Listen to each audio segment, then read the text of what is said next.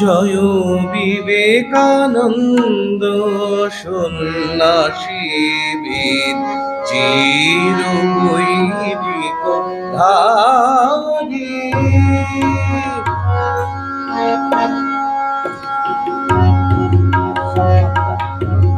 জয় বিবেকানন্দ সন্ন্যাসীবীর চির বৈদিক ধারী। জয় তরুণ যোগী শ্রীরাম কৃষ্ণ, তরুণ যোগী শ্রীরাম কৃষ্ণ ব্রত সহায়কারী। জয় বিবেকানন্দ সন্ন্যাসীবীর চির বৈদিক ধারী।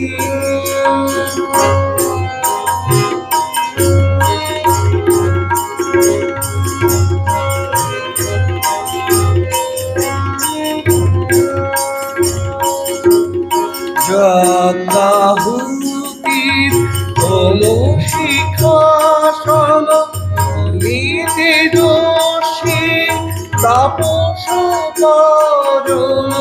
যজ্ঞাহুতির হোম শিখাসন ভূমিতে দোষী তাপস করণ। ভারত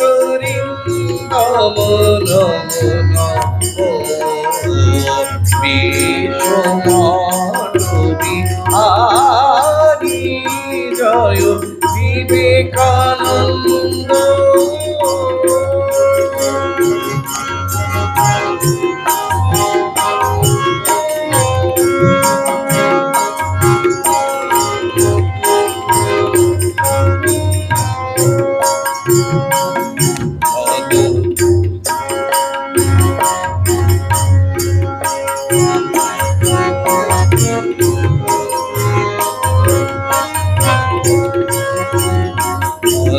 দুর্বিদ দুর্বিদ দেশে মহাভারতের পানি দুর্বিত দুর্বিত দেশে মহাভারতের বাণী শুনাই বিজয়ী চাইলে স্বদেশের যশোগানী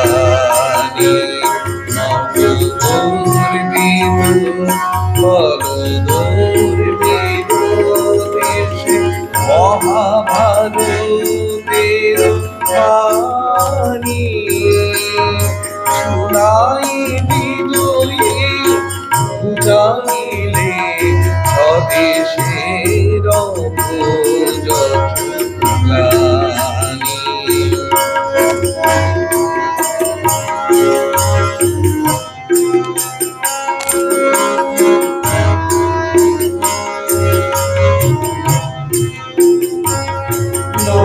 ভারতে আনিলে তুমি নববেদ মুছে দিলে জাতি ধর্মের ভেদ ভারতে আনিলে তুমি নববেদ মুছে দিলে জাতি ধর্মের ভেদ জীবেশ্বরে অভেদনাত্মা জীবেশ্বরে অভেদনাত্মা জানাইলে জানি জয় বিবেকানন্দ সন্ন্যাসী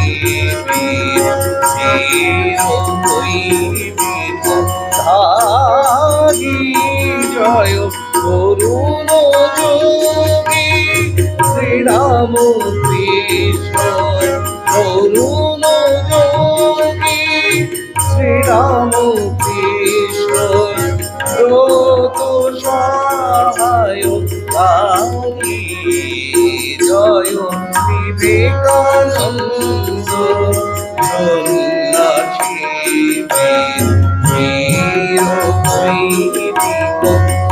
ধারী জয় বিবেকানন্দ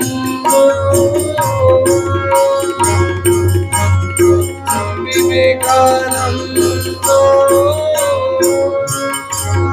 জয় বিবেকানন্দ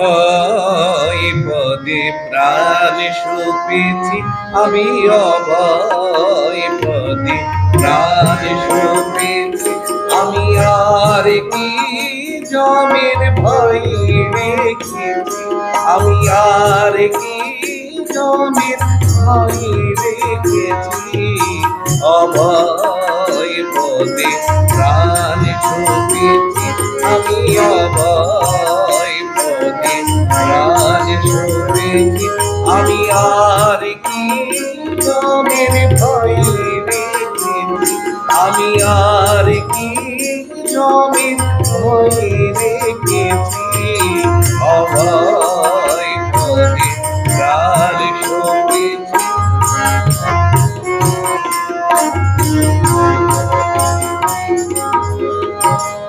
কালী নাম কল্পতরু হৃদয়ে রোপণ করেছি কালী নাম কল্পতরু হৃদয়ে রোপণ করেছি কালী নাম কল্পতরু হৃদয়ে রোপণ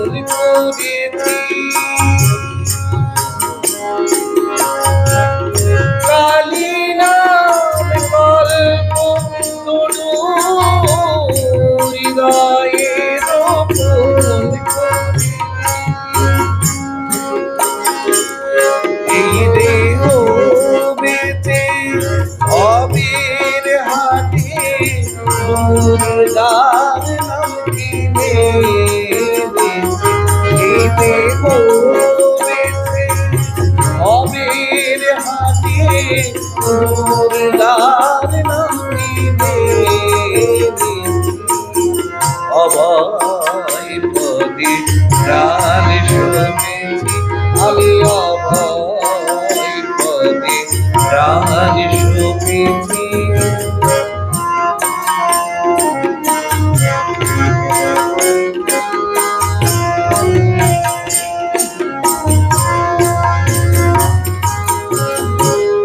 দেহের মধ্যে সুজন যে তার ঘরেতে ঘর করেছি দেহের মধ্যে সুজন যে তার ঘরেতে ঘর করেছি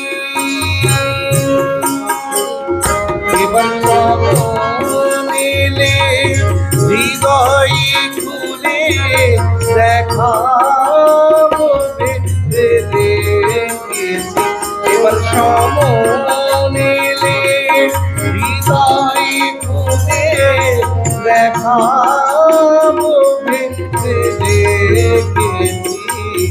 অভয় পদে প্রাণ সমেছি আমি অভয় পদে প্রাণ সমেছি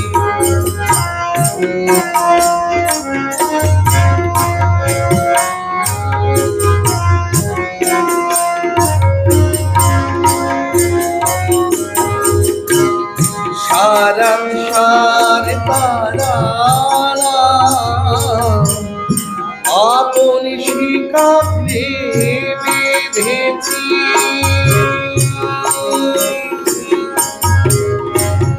সারা সার তারা আপন শিখাতে বেঁধেছি সারা সার তারা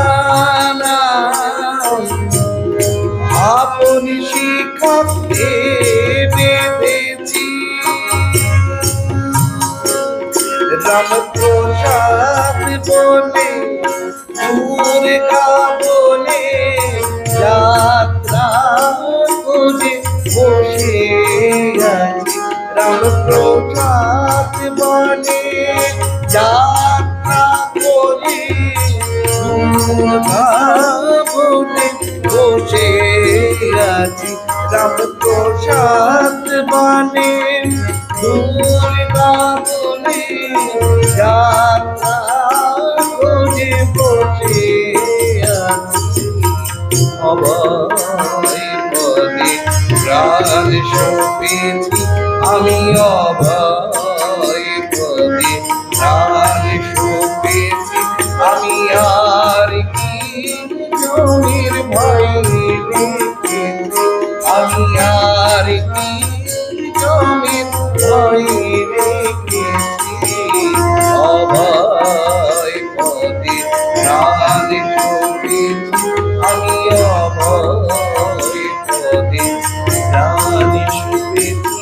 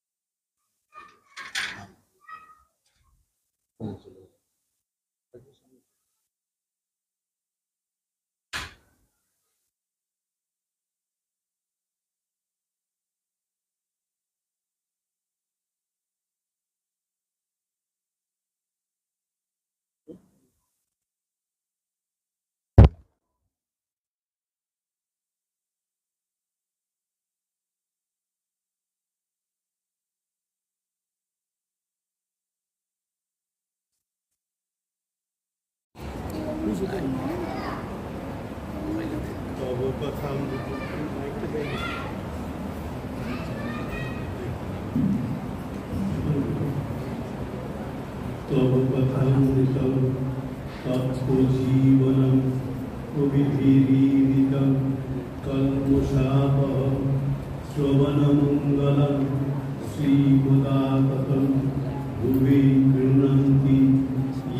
হরিদা জানা হয়। আমাদের কথামৃতে শ্রীরামকৃষ্ণকে মাস্টার মশাই দ্বিতীয়বার দর্শন করছে। তাই মাস্টার মশাই ওই দ্বিতীয় দর্শন এইটি আমরা আলোচনা করছিলাম।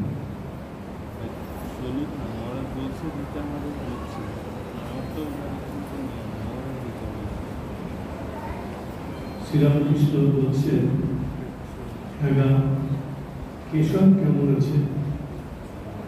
বড় অসুখ হয়েছিল। কেশব মানে বিখ্যাত ব্রাহ্ম ধর্মের নেতা কেশবচন্দ্র সেন। সেই সময় সারা বঙ্গদেশে তো বটেই, সারা ভারতবর্ষের একজন বিখ্যাত ধর্মনেতা ছিলেন ব্রাহ্ম নেতা কেশবচন্দ্র সেন। তখন তো ইংরেজ শাসনাধীন ভারতবর্ষ। সে সময় কেশবচন্দ্র সেনের অসাধারণ বাগ্মিতা সারা পৃথিবীতে সব মানুষের কাছে পরিজ্ঞাত হয়েছে। সবাই তার নাম জানতেন, কেশবচন্দ্র সেন। এবং যখন কেশবচন্দ্র বক্তৃতা করতেন ইংল্যান্ডে অথবা কলকাতায়, তখন মানুষ সবাই সেই বক্তৃতা শোনার জন্য ভিড় করত।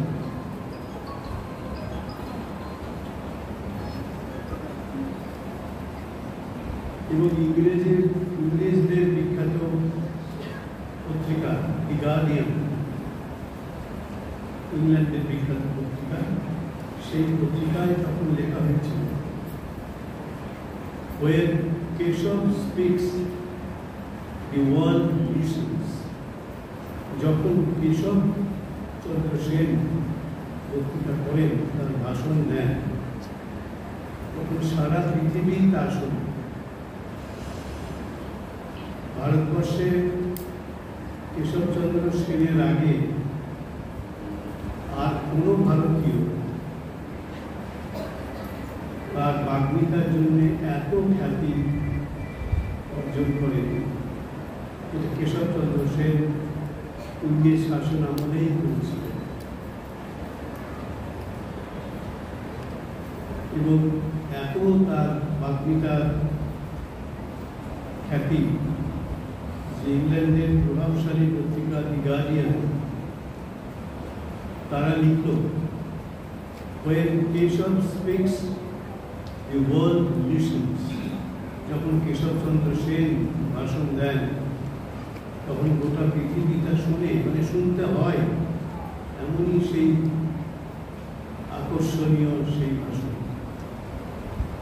সেই জগৎ বিখ্যাত বাগ্মী কেশবচন্দ্র সেন, ব্রাহ্ম সমাজের বিখ্যাত নেতা কেশবচন্দ্র সেন, তার সম্পর্কে শ্রীরামকৃষ্ণ মাস্টার মশাই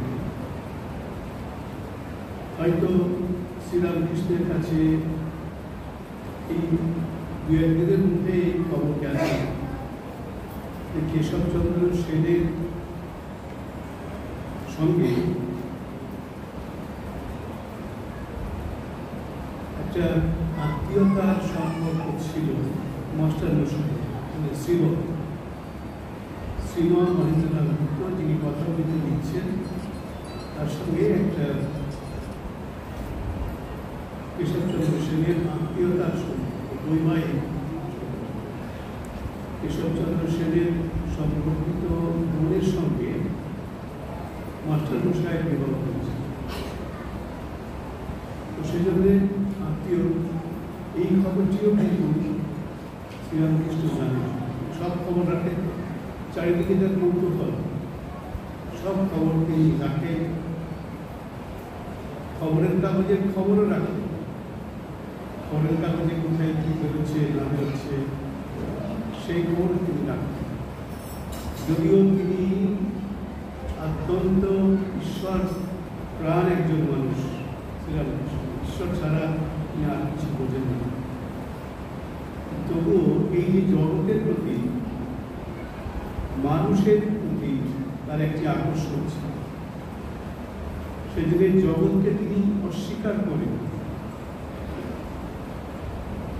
তিনি বলেননি আচার্য শঙ্করের মতো জগৎ মিথ্যা।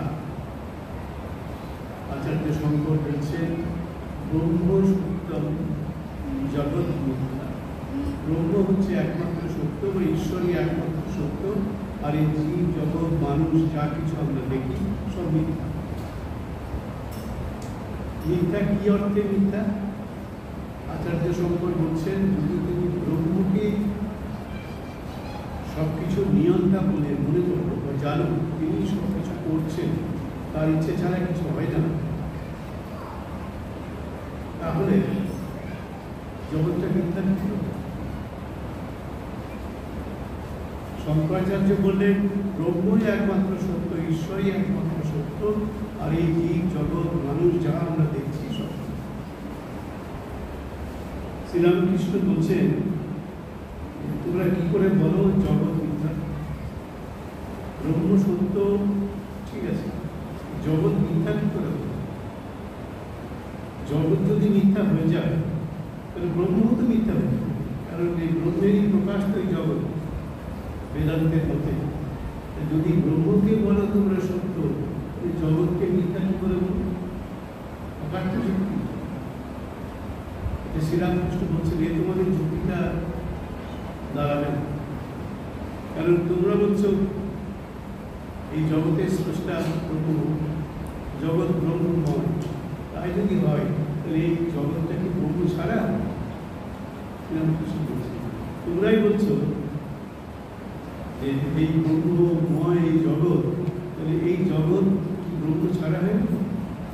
এই জগতের মানুষ সব ব্রহ্ম ছাড়া হয়ে গেল, সব মিথ্যা হয়ে গেল। যদি ব্রহ্ম সত্য হয় তাহলে জগৎটাও সত্য হবে। কি দৃষ্টিতে সত্য হবে বা কোন দৃষ্টিতে সত্য হবে? ব্রহ্ম যুক্তিতে জগৎ সত্য। শ্রীরামকৃষ্ণ বলেন ব্রহ্ম যদি সত্য হয় তাহলে জগৎও সত্য। শ্রীরামকৃষ্ণের আগে একদম বলেননি যে ব্রহ্ম যদি সত্য হয় তাহলে জগৎও সত্য। শ্রীরামকৃষ্ণ একটু কথা বলছে, কারণ ব্রহ্মেরই প্রকাশ হচ্ছে এই জগৎ। যদি সেই জগৎকে তুমি মিথ্যা বলো তাহলে ব্রহ্মকে তুমি সত্য কি করে বলবে? এটা শ্রীরামকৃষ্ণের যুক্তি। এবারে সেখানে এমন যুক্তি দিয়েছেন পণ্ডিতের মাথা স্বীকার করেছে। রামকৃষ্ণের যুক্তির কাছে পণ্ডিতের যুক্তিও হাত ধরে। শ্রীরামকৃষ্ণ এই জগৎকে অস্বীকার করছেন না। আচার্য শঙ্কর তিনি জগৎকে অস্বীকার করছেন। জগৎ মিথ্যা বলছে। মিথ্যার কোন অর্থে মিথ্যা বলছেন তিনিও যে ভুল বলছেন তা নয়। তিনি ভুল বলছেন এই জগৎ তো তিনকালে থাকে না, এখন আছে, আগে হয়তো ছিল না, ভবিষ্যতে হয়তো থাকবে না। যদি তিনকালে যদি না থাকে, বর্তমান অতীত এবং ভবিষ্যৎ যদি না থাকে তাহলে সেটা মিথ্যা হবে। সেই অর্থে আচার্য শঙ্কর এই জগৎকে মিথ্যা বলছে। কিন্তু শ্রীরামকৃষ্ণ বলছেন তোমাদের এই যুক্তিটা দাঁড়ায় না। কেন দাঁড়ায় না? কারণ তোমরা বলছো এই জগৎ হচ্ছে ব্রহ্মের প্রকাশ, জগৎটা ব্রহ্মেরই প্রকাশ। সেই ব্রহ্মের প্রকাশ হয়ে সেই জগৎ কি করে মিথ্যা হয়ে যাবে? এটা ব্রহ্ম তো মিথ্যা হয়ে যাবে। ব্রহ্মের প্রকাশ যদি জগৎ হয় আর ব্রহ্ম যদি সত্য হয় জগৎটাও সত্য। বলছেন তোমার কি বলছে ব্রহ্ম সত্য, জগৎ মিথ্যা। যখন তোমার পেটের গোলমাল হয়, পেট খারাপ হয়, পেটে অসম্ভব ব্যথা হয়, তখন তুমি বেদান্তবাদী হয়ে বলবে যে ব্রহ্ম সত্য, জগৎ মিথ্যা। তাহলে পেট ব্যথাটা তাহলে মিথ্যা হবে? মিথ্যা বলতে পারবে? বলতে তো পারছো না। মিথ্যাটা তো স্বীকার করে নিচ্ছ। যদি ওই মিথ্যাটাকে স্বীকার করো তাহলে একেও স্বীকার করো। যদি ওকে স্বীকার করো তাহলে একেও স্বীকার করো। এটা হচ্ছে শ্রীরামকৃষ্ণের যুক্তি, অকাট্য যুক্তি। এই যুক্তি কেউ খণ্ডন করতে পারে না। আর বলছেন এই সারা জগৎ তো ব্রহ্মের ইচ্ছায় হয়েছে, ব্রহ্মেরই প্রকাশ মাত্র। ব্রহ্মের প্রকাশ যদি এই জগৎ হয়ে থাকে, তাহলে সেই জগৎ ব্রহ্ম যদি সত্য হয়, এই জগৎ মিথ্যা হয় কোন বুদ্ধিতে, কোন যুক্তিতে? শ্রীরামকৃষ্ণ উড়িয়ে দিলেন, ওদের যুক্তিটাকে খণ্ডন করে দিলেন। এখন শ্রীরামকৃষ্ণ এই জগৎকে স্বীকার করছেন, ব্রহ্মকেও স্বীকার করছেন, ঈশ্বরকেও স্বীকার করছেন, আবার এই জগৎটাকেও স্বীকার করছেন। যে জগৎ তোমার পায়ে কাঁটা ফোটে, শ্রীরামকৃষ্ণ বলছেন, তখন তুমি কাঁটা ফোটার ব্যথা অনুভব করে না, তখন বলো জগৎ মিথ্যা, কাঁটাটাও মিথ্যা বলতে পারবো। তুমি তো সেই কাঁটার ব্যথায় কষ্ট পাও এবং ডাক্তার দেখাও, কাঁটাটাকে বের করার চেষ্টা করো। কেন? যদি সবই মিথ্যা হয় তাহলে কাঁটাটাও তো মিথ্যা। দেখুন, এই আমরা কিন্তু ভাবিনি। শ্রীরামকৃষ্ণ একেবারে নাসিকেও এই যুক্তিটা দিয়েছেন, এবং অকাট্য যুক্তি কেউ খণ্ডন করতে পারছে। ব্রহ্ম বুদ্ধিতে জগৎটা সত্য। হ্যাঁ, এমনিতে ইনকালে তার অস্তিত্ব নেই জগতে। জগৎ পূর্বে ছিল না, এখন আছে, ভবিষ্যতে থাকবে। কিন্তু ব্রহ্ম দৃষ্টিতে তিনকালেই জগৎ আছে, জগৎ থাকবে, জগৎ ছিল। সেই যারা এই ব্রহ্মবাদী ব্রাহ্ম সমাজের লোক, অথচ এই জগৎকে স্বীকার করে, কিন্তু তাদের যুক্তির সঙ্গে মিল খাচ্ছে না, মিলছে না। ওরা ব্রহ্মকেও স্বীকার করবেন, আবার জগৎকে অস্বীকার করবেন। তার হয় স্বীকার করো, নয় স্বীকার করো না। তাই শ্রীরামকৃষ্ণ বোঝালেন যে ব্রহ্ম দৃষ্টিতে জগৎ সত্য, জগৎ মিথ্যা হতে পারে না। তুমি তখন থেকে ব্রহ্ম দৃষ্টিতে জগৎকে মিথ্যা বলো, তাহলে ব্রহ্মটাই তো মিথ্যা, ব্রহ্ম জানতে পারো। শ্রীরামকৃষ্ণের যুক্তি লেখাপড়া শেখার যুক্তি, এই দর্শন পণ্ডিত এইসব মুখস্থ করার শিক্ষা শ্রীরামকৃষ্ণ দেননি, বা শ্রীরামকৃষ্ণ প্রচার করেন। তিনি এই জগৎকে স্বীকার করেছেন। মারাত্মক কথা বললেন শ্রীরামকৃষ্ণ, বললেন দেখো, যদি তোমরা এই জগৎকে অস্বীকার করো আর ব্রহ্মকে স্বীকার করো, কিন্তু ওজনে কম করে যাবে। এটা নতুন কথা, ওজনে কম করে যাবে। যদি আপনি একটু বেলকে ওজন করেন, তালকে ওজন করেন তারই পাল্লাতে, সে ওজন করার সময় যে তাল বা বেল পেলে, তখন সেই বেলটা বা তালটাকে যখন আপনি ছাল ছাড়াবেন, তুলে ফেলবেন, তখন কি ওই বেলের ওজন এক থাকবে? তাহলে বেলের ওজন পুরোটা, মানে বেল সহ, খোসা সহ বেলের ওজন, ওটাই প্রকৃত ওজন। তখন বেলের বিচি, বেলের শ্বাস, বেলের ফল সব ফেলে দিতে হবে, তখন থেকে প্রকৃত বেলের ওজনটা পাবে। এমনি তুমি এইটুকু নেবে, ওইটুকু নেবে না, তা করলে কিন্তু গোলমাল হয়ে যাবে, যুক্তিতে দাঁড়াবে। এই শ্রীরামকৃষ্ণ খুব সুন্দর কথা বললেন, যদি তুমি বেলটাকে নাও তাহলে বেলের সব থাকে, তাহলে বেলের খোসা, বেলের বিচি, বেলের শ্বাস সব থাকে নাও, তখন বেলের ওজনটা পাবে। আর যদি বেলের ওজনটা তুমি সব বাদ দিয়ে করো, তাহলে তো এইসবগুলো বাদ দিয়ে বেলের ওজন পেলে ওটা একটা ওজন হলো, আবার গোটা বেলটার একটা ওজন হলো, ওরকম সত্যি সত্যি বেলটার নিতে যাওয়া ওজন পুরোটা নিতে হবে। আর যদি বাদ দিয়ে দাও, তাহলে সব বাদ দিয়ে যেটুকু থাকবে সেটুকু বেল, বাকিটুকু তার বেল গেছে। শ্রীরামকৃষ্ণ বলছেন প্র্যাকটিক্যাল, মানে নিলে পরে সবটা নাও। তাই শ্রীরামকৃষ্ণ বলছেন নইলে পরে ওজনে কম পড়ে যাবে, বেলের ওজন নিতে গেলে পরে গোটা বেলটার ওজন না, তবে বেলের ওজনটা পাবে। আর যদি খোলা পাত দাও, বিচি পাত দাও, শ্বাস পাত দাও, তাহলে তার বেলের ওজন পাবে, খোলার ওজন পাবে, শ্বাসের ওজন পাবে, বিচির ওজন পাবে, বেলের ওজন তো পাবে না। তাই শ্রীরামকৃষ্ণ বলছেন নইলে ওজনে কম করে যাবে, অর্থাৎ তার দর্শনটা হচ্ছে সবটা নিতে হবে। এই জন্যে একজন বিখ্যাত বেদান্তের পণ্ডিত, আধুনিক কালের পণ্ডিত সতীশচন্দ্র মুখার্জি, বাঙালি, কলকাতা ইউনিভার্সিটির প্রফেসর ফিলোসফি, তিনি বলছেন শ্রীরামকৃষ্ণের যে দর্শন, সেই দর্শন হচ্ছে সামগ্রিক দর্শন। এটাকে বাদ দিয়ে সেটাকে নিয়ে এরকম সবটাকে বেলটাকে নিতে গেলে সবটাকে নিতে হবে। এই শ্রীরামকৃষ্ণের দর্শন হচ্ছে সামগ্রিক দর্শন। এটাকে উনি বলেছেন সিনথেটিক ফিলোসফি। ওই সতীশচন্দ্র মুখার্জি বিখ্যাত দার্শনিক, কলকাতা বিশ্ববিদ্যালয়ের বিখ্যাত অধ্যাপক ছিলেন। তিনি বলছেন শ্রীরামকৃষ্ণের দর্শনটা হচ্ছে কমপ্লিট দর্শন। শঙ্করাচার্যের দর্শন পার্শিয়াল দর্শন। উনি জগৎটাকে মিথ্যা বলে দিচ্ছেন।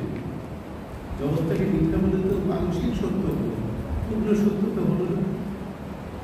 জগৎ কি করে মিথ্যা হবে? আমার খিদে আছে, আমার তৃষ্ণা আছে, আমার ঘুমের ইচ্ছে আছে, আমাকে ঘুমোতে হয়, খিদে পেলে খেতে হয়, এগুলো যখন আমাকে স্বীকার করতে হচ্ছে, তাহলে জগৎটাকে মিথ্যা আমি বলবো কি করে? জগৎটাকে মিথ্যা বলতে পারবো না। শ্রীরামকৃষ্ণ এই সবটাকে স্বীকার করে নিচ্ছেন বলে তার দর্শনটা হচ্ছে সামগ্রিক দর্শন। এই যে ব্রহ্মানন্দ কেশবচন্দ্র সেন, ব্রাহ্ম সমাজের নেতা, বিখ্যাত নেতা, জগৎ বিখ্যাত নেতা, তারা ব্রাহ্ম নেতা, ব্রাহ্ম হয়েছেন, তারা আবার কালী ভক্ত হয়ে যাচ্ছে। ব্রাহ্ম কি করে কালী ভক্ত হবে? ব্রাহ্ম মানে হচ্ছে যারা ঈশ্বরের মূর্তিতে বিশ্বাস করবে না, ঈশ্বর নিরাকার এই মতে বিশ্বাস করবে।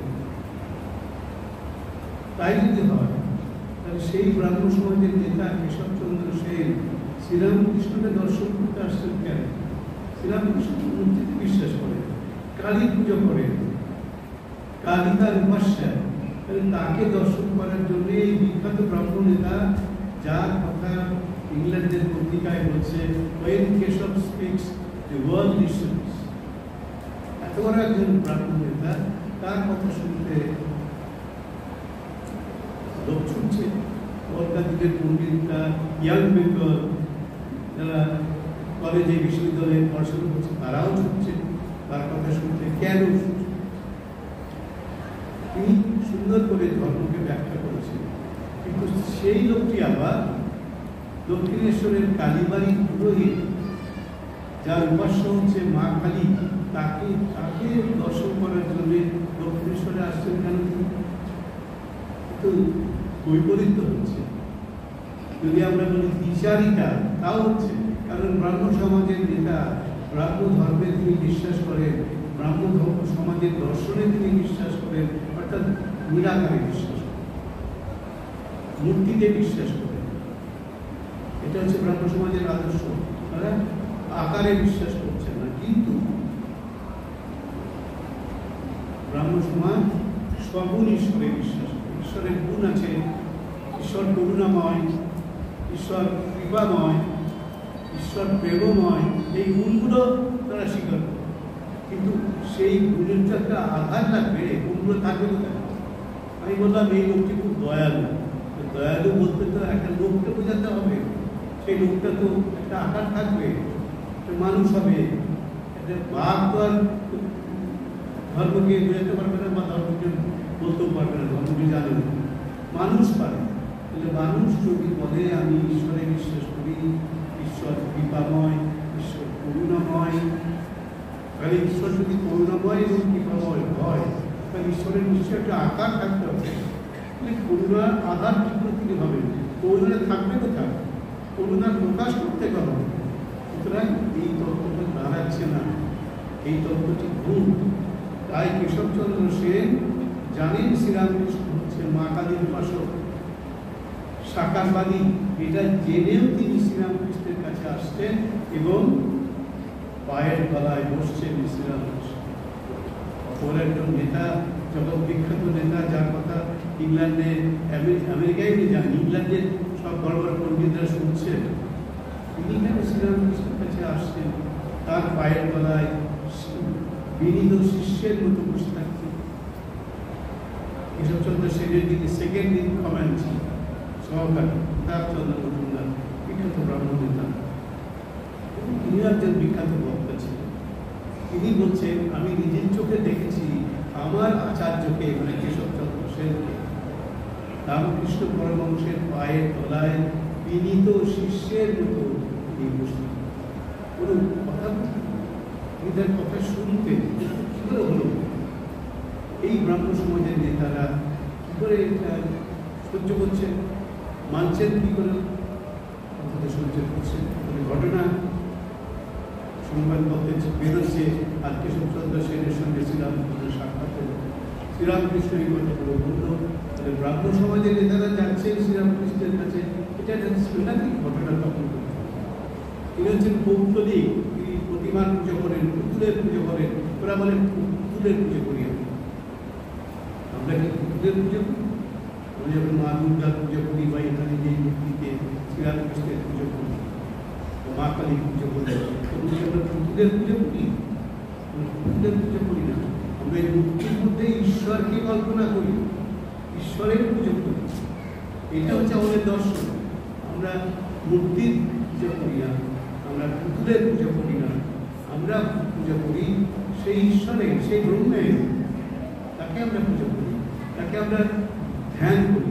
এটাই হচ্ছে আমাদের বৈশিষ্ট্য, আমাদের দর্শন। শ্রীরামকৃষ্ণ এটা এসে যখন হিন্দু সমাজ প্রায় তলিয়ে যাচ্ছে, হিন্দু সমাজকে আর কেউ মানছিল না, এই ইয়াং বেঙ্গল, কলকাতার শিক্ষিত সমাজ হিন্দু ধর্ম ত্যাগ করে, তখন সব থেকে বড় কলেজ কলকাতার, সারা ভারতবর্ষের মধ্যে শ্রেষ্ঠ কলেজ প্রেসিডেন্সি কলেজ, তখন তার 400 ছাত্র ছিল। তখন কলকাতা প্রেসিডেন্সি কলেজে 400 ছাত্র ছিল, তার মধ্যে 200 জন ছাত্র এইসব প্রচারের ফলে হিন্দু ধর্ম ত্যাগ করে খ্রিস্টান ধর্ম করছিল। তখন প্রায় ধ্বংস হওয়ার মুখে আমাদের ধর্মটি, সনাতন ধর্মটি, 400 ছাত্রের মধ্যে 200 জন ছাত্র খ্রিস্টান ধর্ম গ্রহণ করেছে। এরপরে আর কিছুদিন পরে তো সবটাই চলে যেত। এই শ্রীরামকৃষ্ণ এসে আমাদের ধর্মকে রক্ষা করল, আবার সব ফিরে। এই যে ইয়াং বেঙ্গল, এই নরেন্দ্রনাথ দত্ত, আমাদের পরবর্তীকালে Swami Vivekananda young Bengal Scottish church কলেজের বিখ্যাত ছাত্র ছিল, তারা শ্রীরামকৃষ্ণের পায়ের তলায় এসে সমবেত হলেন। কেন সমবেত হলেন? তখনকার খ্রিস্টান ধর্মের সভ্যতার প্রসার হয়েছে এবং সবাই হিন্দু ধর্ম সম্পর্কে বীতস্পৃহ হচ্ছে, বিশ্বাস করতে পারছে না, এই মূর্তি পূজায় বিশ্বাস করতে পারছে না। ওই জন্য আমি বললাম, সেই সময় প্রেসিডেন্সি কলেজের 400 ছাত্রের মধ্যে, তখন ছাত্রীরা ছিল না, তখন মেয়েরা করতে পারত, এখন মেয়েরাও করতে পারে প্রেসিডেন্সি কলেজে। এই 400 ছাত্রের মধ্যে 200 জন অলরেডি হিন্দু ধর্ম ত্যাগ করে খ্রিস্টান ধর্ম গ্রহণ করছে, আর বাকিগুলো বেড়ার কাজে বসে আছে, তাকে ওইদিকে চলে যাবে, হিন্দু ধর্ম ত্যাগ করে খ্রিস্টান ধর্ম নিয়ে নেবে। এই সময়ে রামকৃষ্ণ দেবেন এসে বোঝাবেন মানুষকে মূর্তি পূজাটাও সত্য, নিরাকার উপাসনাটাও যেমন সত্য, তেমনি মূর্তি পূজা যারা করে সাকার উপাসনা ওটাও সত্য। এটা আমি দেখেছি মা কালীর নাক দিয়ে নিঃশ্বাস করছে, তিনি তো সব পরীক্ষা নিরীক্ষা করে নিয়েছে, যাচাই করে নিয়েছে, এবং তার নিজের একটা বাণীও হচ্ছে সব কিছুকে যাচাই করে নেবে। এমনি বললেই হলো না, উনি তার সম্বন্ধেও তিনি তার শিষ্যদের বলছেন, আমি যা বলছি তাই মেনে নিবি না, তোরা দেখবি ঘরে আমি কি বলি, ঘরে আমি কি করি, রাত্রে আমি কি করি, দিনে আমি কি করি, সবটা তোরা যাচাই করে নিবি, যদি দেখি যে সব ঠিক আছে, তখন আমার কথা মানবি, যদি মানবি না, আমার কথা শুনবি না, মানবি না। যখন দেখবি আমার কথার সঙ্গে কাজের মিল আছে, আমার কথার সঙ্গে আমার আচরণের মিল আছে, তখন তোমরা গ্রহণ করবে, যদি গ্রহণ করবে। এরকম গুরুত্ব কেউ দেখছে। ওপেন চ্যালেঞ্জ স্বামী বিবেকানন্দ এলেন শ্রীরামকৃষ্ণের কাছে। তার আগে তিনি অনেক মহাপুরুষের দর্শন করেছেন, এমনকি রবীন্দ্রনাথের বাবা দেবেন্দ্রনাথ ঠাকুর তার কাছেও গেছেন। তিনিও ব্রাহ্মণ সমাজের বড় নেতা, একজন তার কাছেও গেছেন এবং গিয়ে তাকে প্রশ্ন করেছেন, আপনি কি ঈশ্বরকে দেখেছেন? মহর্ষি দেবেন্দ্রনাথ ঠাকুর, এগুলো হয়তো আপনারা জানেন যে নরেন্দ্রনাথের এই প্রশ্নে শুনকে গিয়ে বলছেন, তোমার চোখ দুটি ভারী শুন। তিনি প্রশ্ন করলেন, আপনি কি ঈশ্বরকে দেখেছেন? তিনি সেই প্রশ্নের উত্তর না দিয়ে বললেন, তোমার চোখ দুটি ভারী সুন্দর, তুমি যদি চেষ্টা করো এরকম যার চোখ, সে নিশ্চয়ই ঈশ্বরকে দর্শন করে। আমি তো তা জানতে চাইনি, আপনি দেখেছেন? এরকম আপনি নানা জায়গায় ঘুরলেন, নরেন্দ্রনাথ বা বড় মহাত্মাদের কাছে গেলেন এবং প্রশ্ন করলেন, আপনি কি আপনারা ঈশ্বরকে দেখেছেন? কেউ দেখেছেন বলতো। এবার শ্রীরামকৃষ্ণের কাছে এসে প্রশ্ন করছেন যে আপনি কি ঈশ্বরকে দেখেছেন? শ্রীরামকৃষ্ণ কি বললেন? তিনি রামায়ণ, মহাভারত, উপনিষদ, পুরাণ উদ্দেশ্য দিলেন। তিনি বললেন, হ্যাঁ দেখেছি। এই একটা লোকের কাছেই তিনি উত্তর পেলেন, হ্যাঁ দেখেছি। আবার উল্টো চ্যালেঞ্জ, নরেন্দ্রনাথ চ্যালেঞ্জ করেছিলেন, আপনি কি দেখেছেন? শ্রীরামকৃষ্ণ বললেন, হ্যাঁ দেখেছি। যদি তুই দেখতে চাস তোকেও দেখাতে পারি। উল্টো চ্যালেঞ্জ, কাউন্টার চ্যালেঞ্জ বলে। যুক্তি শাস্ত্রে কাউন্টার চ্যালেঞ্জ, একটা চ্যালেঞ্জ নিয়ে গেলে থেকে আরেকটা চ্যালেঞ্জের মধ্যে ফেলে দিল শ্রীরামকৃষ্ণ। হ্যাঁ দেখেছি, তুই যদি দেখতে চাস তোকেও দেখাতে পারি। এবং নন্দনাথকে তিনি দেখিয়ে দিয়েছেন। নন্দনাথ পরে স্বীকার করছে, হ্যাঁ পাগল নয়, ঠিকই আছে, তোকে পাগল বলে, ওকে পাগল কোনো অনন্ত জ্ঞানের সমুদ্র। তিনি এত জ্ঞান থেকে পাই, যে মানুষ লেখাপড়ায় শিখলো না, তার কাছে বিদ্যাসাগর গিয়ে পড়তে যাচ্ছে। এবং বিদ্যাসাগর গিয়ে হচ্ছে আজকে একটা নতুন কথা শিখলাম। তিনি বিদ্যার সাগর, যার বিদ্যার শেষ নেই, তিনি এই মুক্ত মানুষটির কাছে এসে বলছেন, আজকে একটা নতুন কথা শুনলাম। তাহলে বিদ্যাসাগরকেও নতুন কথা শুনতে হচ্ছে এই মানুষটি। আবার শ্রীরামকৃষ্ণের সঙ্গে যখন কথা হচ্ছে বিদ্যাসাগরের, তখন বলছেন, আজকে একটা নতুন কথা শিখলাম। বিদ্যাসাগরকেও নতুন কথা শিখতে হচ্ছে এই শ্রীরামকৃষ্ণের কাছে, এই মূর্খ মানুষটি। এইসব দেখে নরেন্দ্রনাথ, ইয়াং বেঙ্গলের একজন উজ্জ্বল প্রতিনিধি, তিনি বাধ্য হলেন শ্রীরামকৃষ্ণের পায়ের তলায় কেশবচন্দ্র সেন এত বড় একজন আধিকারিক পুরুষ, আচার্য পুরুষ, যার কথা লন্ডনের মানুষ পাগলের মতো শোনে। যখন কেশবচন্দ্র সেন লন্ডনে বক্তৃতা করেন, তখন সেখানে জায়গা দেওয়া যায় না মানুষকে। আর সেই কেশবচন্দ্র সেন শ্রীরামকৃষ্ণের কথা বিনীত শিষ্যের মতো হাত জোর করে শুনছে। এবং হঠাৎ শ্রীরামকৃষ্ণের মনে পড়েছে, কেশবচন্দ্র সেন দক্ষিণেশ্বরে এসে শ্রীরামকৃষ্ণের কথা শুনছে। হঠাৎ শ্রীরামকৃষ্ণের মনে হয়েছে, এই কেশবচন্দ্র সেন জগৎ বিখ্যাত বক্তা, আর আমি তার কাছে বক্তৃতা করে যাচ্ছি। বলছেন, কেশব, আমি দেখো কিরকম, তুমি এত বড় বক্তা, রানী তোমার বক্তৃতা শুনে, কুইন ভিক্টোরিয়া তোমার কথা শুনে, আর আমি কিনা তোমাকে বক্তৃতা শোনাচ্ছি। বরং তুমি কিছু বলো, আমরা শুনি। তখন কেশবচন্দ্র সেন হাত জোর করে নতমস্তকে শ্রীরামকৃষ্ণকে বলছেন, আমার সালায় এসে বিক্রি করবো এমন মূর্খ আমি। আমার সালায় কি আর বিক্রি করা যায়? আমার সালা দিয়ে তৈরি হচ্ছে এখন। ওসব কামারশালা কি আপনারা জানেন না। গ্রামে গেলে হয়তো একটা দুটো কামারশালা পেতেও, কামারশালা মানে একটা ফ্যাক্টরি তৈরি হচ্ছে, চুল আরও কত কী জিনিস তৈরি হচ্ছে সেখানে, অস্ত্রশস্ত্র তৈরি হচ্ছে, লোহার অস্ত্রশস্ত্র, ইস্পাতের অস্ত্রশস্ত্র। সেখানে বিজু বলে আমার তাদের লোকে আসবে না। এই কেশবচন্দ্র সেন বলছেন যে কামারশালায় এসে আমি চুল বিক্রি করবো এরকম আহ্বান আমি নই, আপনি কথা বলবেন, আমি শুনবো, নতমস্তকে আমি শুনবো। তাই সেই কেশবচন্দ্র সেনের কথা উত্তর শ্রীরামকৃষ্ণই তুললেন, বললেন আচ্ছা কেশব কেমন আছে? একজন পৌত্তলিক মানুষ, তিনি প্রতিমার পুজো করেন, তিনি একজন ব্রাহ্ম সমাজের নেতা, নিরাকারবাদী, তার সঙ্গে এটা তো কেউ তো সহ্য করে। এই ব্রাহ্মণরা এদেরকে সহ্য করতে পারে না, এরা ব্রাহ্মণদের সহ্য করতে পারে না, আর ইনি সবাইকে আলিঙ্গন করছে। আচ্ছা কেশব কেমন আছে? কেশবচন্দ্র সেন কেমন আছে? বড় অসুখ করেছিল কেশবচন্দ্র সেনের, খুব অসুখ করেছিল। এই খবরটা তিনি জেনেছেন, সব খবর রাখেন, সব খবর রাখেন।